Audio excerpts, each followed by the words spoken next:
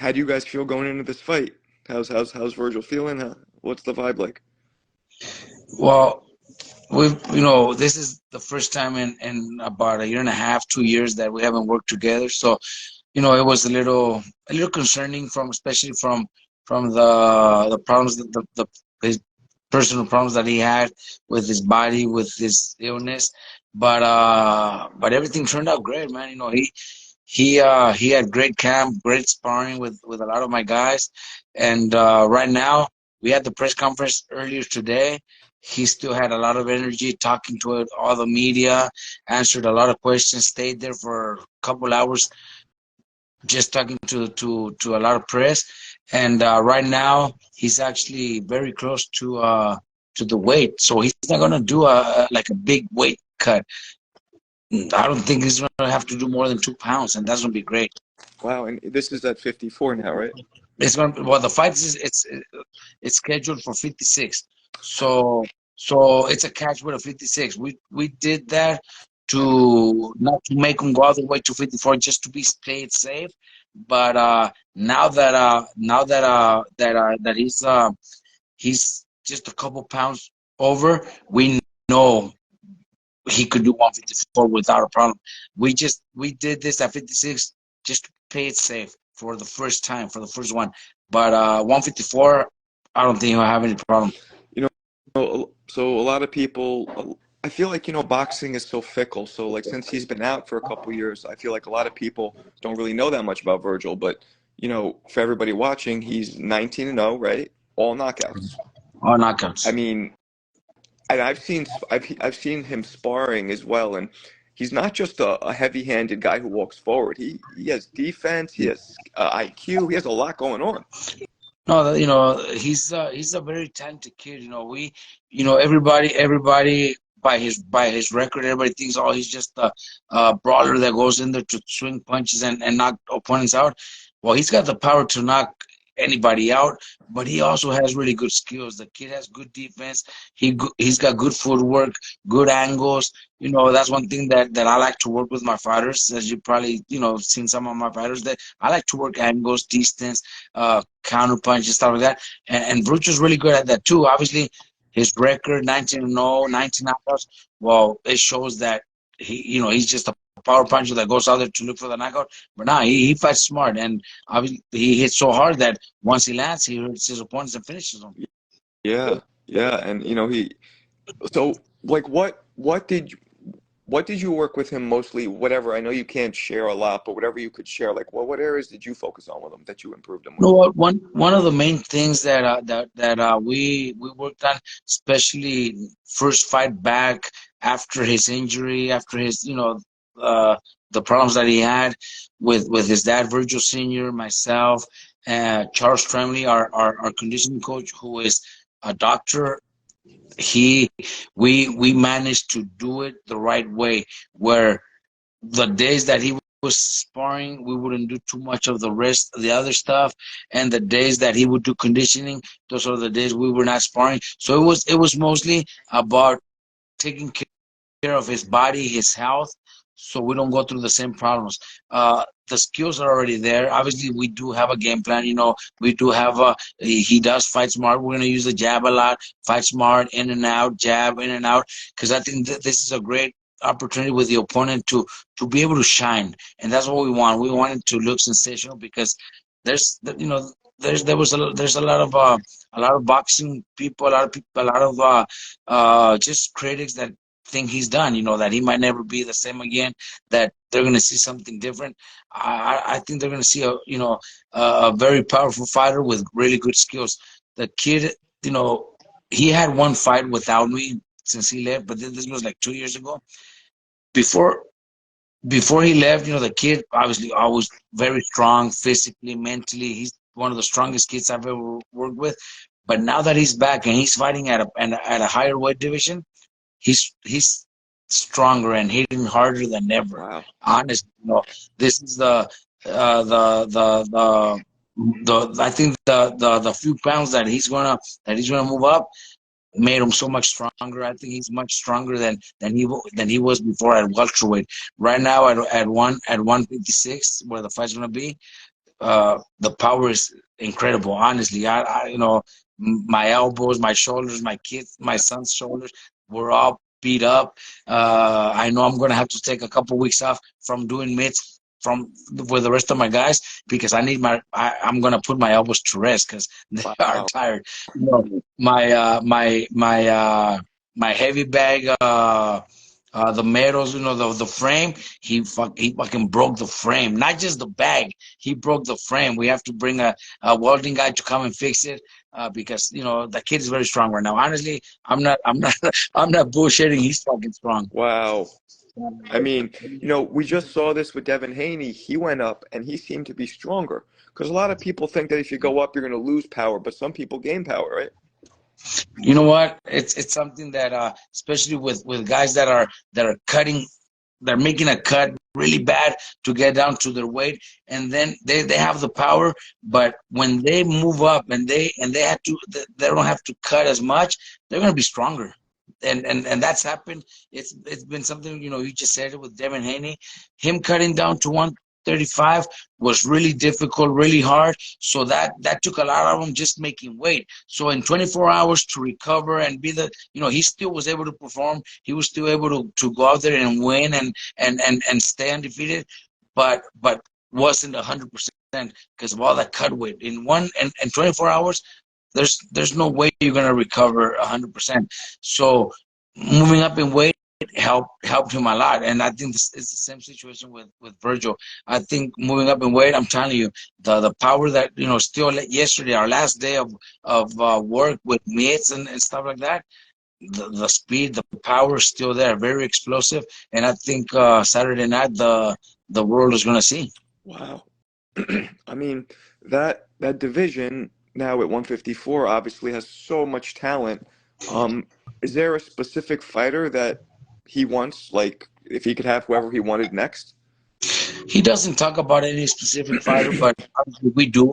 Myself, you know, the manager. We're actually talking with Eric Gomez with Golden Boy Promotion of possible opponents. You know, mentioned a few names. His dad, same thing. We think at 154 he could compete with anybody. I wouldn't mind. You know, after this fight, obviously we got to get through this fight. I don't want to look past this fight, and we got to go out there, do our job, have a great performance, and this year, I know he could fight for the world title.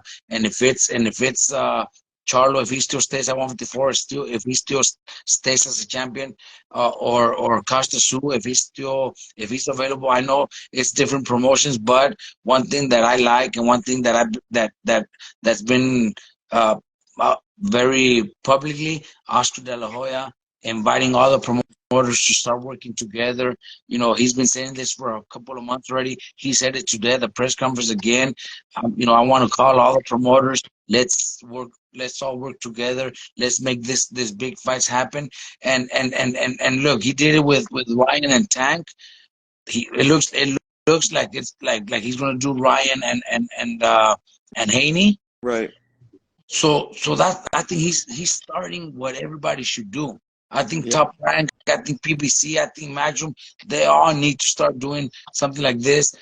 So the fans, the boxing world could get all those fights out there, and Oscar's the one pushing for that to happen. So that's a great start. I think after this fight, obviously, like I told you, we got to get past this fight. We got to look good and got to go out there and perform, which I think we will. But you know, we still have to wait to Saturday. After that, I think Costa Su, Charlo, I think those are all possible fights, and I would love, you know, this year, I think Vergil shoot for a world title. You know, maybe the best fighter in that division doesn't have a title, which is now Bud Crawford, right?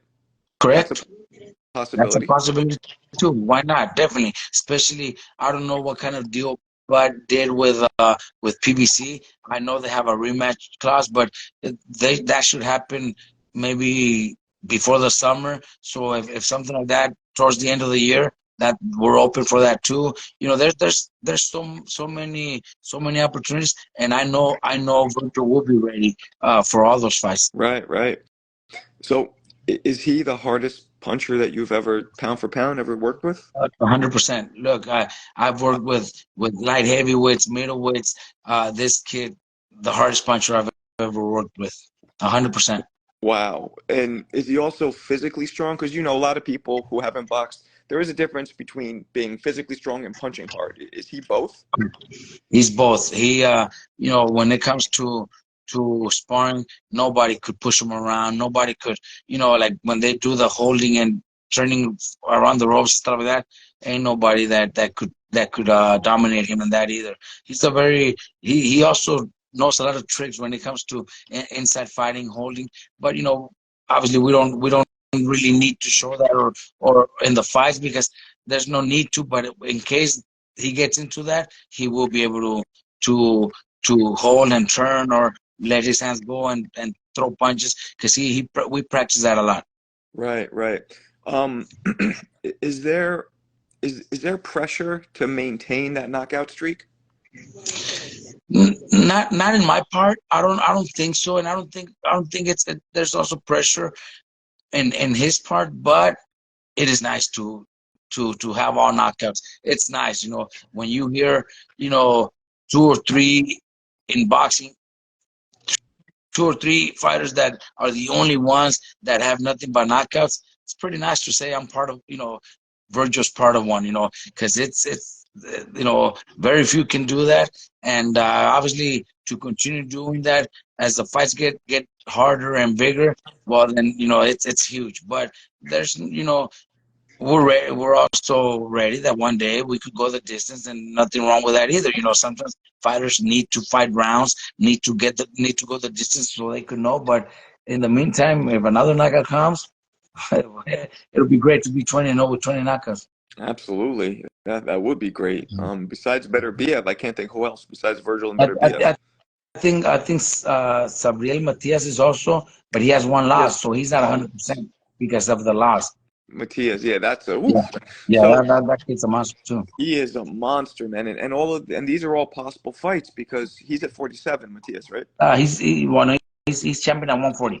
140. Oh, okay. Yeah, correct, correct. Um, so speaking of that, how heavy do you see Virgil going when, near the end of his career? Right now, the way we were still kind of concerned. That's why we asked for the fight for a catch weight because we were still concerned the last few pounds, how his body was going to feel. But like I told you right now, he's great. I don't think he's going to have a problem making 126. So definitely he could fight at 154. Uh, I if not, we were already thinking 160 is where we're going to have to campaign. But I think 154 is going to be good. As of right now, everything's beautiful, no problems at all. He was in the weigh-ins. He was at the press conference with a lot of energy, talking to everybody, and only a couple pounds overweight. So that's Great. I know he's going to be able to compete at 154. So he'll be able to do that at 154. But eventually he's going to be a middleweight too, 160. And maybe a couple years from now, he'll be at 168. That kid is big. He's strong. I think he's strong enough. Like I've told you, I've worked with middleweights.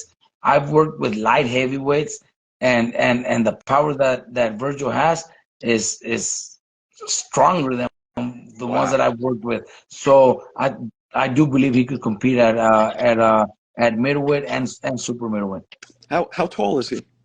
He's about 5'11", I would say. Oh, So he's tall enough to compete. Look, I'm not, nothing, against Canelo, but Canelo's like 5'10", 5'9", somewhere on there. I think Virgil's maybe a couple inches taller than Canelo, and Canelo was able to do it. He started at 154, so I think Virgil's definitely could end up at super middleweight in the near future. maybe Virgil versus Canelo in a couple years. Man, you never know, man. If Canelo sticks around, Canelo's, he could say in May, that's my last fight and never fight again. He's got the right to do that. He's the best at what he does. He's been the best for a few years. So I wouldn't be surprised if he says I got one more fight or two more fights and that's it. But if he sticks around, then man, it would be great. It would be something that I would really look into. Yeah, I mean, so people who don't know, Virgil is a very interesting young man. He plays piano, right? Plays the guitar, plays piano, reads a lot. The kid is a very smart kid, but he's He's a kid, you know, he loves to play the guitar. He's really good at it. He plays a lot of rock, so he likes rock. But then he's also all into right now in Mexican music. There's a lot of young artists that are making big a lot of noise. So he listens to the music and he plays that music too. So that kid is, you know, he's one of a kind. Like, you know, you see other athletes, other boxers, maybe into other sports, maybe into different stuff. But you know, Virgil loves playing instruments. You know, he plays the guitar, he plays the piano, and he's really good at it. Yeah, I like his temperament. I like his personality. It's different. He doesn't talk a lot of shit. He doesn't, he's not trying to be a tough guy all the time. But in the ring, he shows he's a tough guy. No, definitely. You know, in the ring, he's not gonna feel sorry for anybody. You know, in the ring, in his, you know, he's physically so strong, but he's also mentally as strong or stronger. Mentally, nobody's gonna beat him because that's the mentality he takes into the ring, that nobody will beat him, that nobody can beat him. That's the mentality he has, and he's gonna be very difficult to beat because he always goes in with that mentality, and not only the mentality, physically, he's also very, very strong.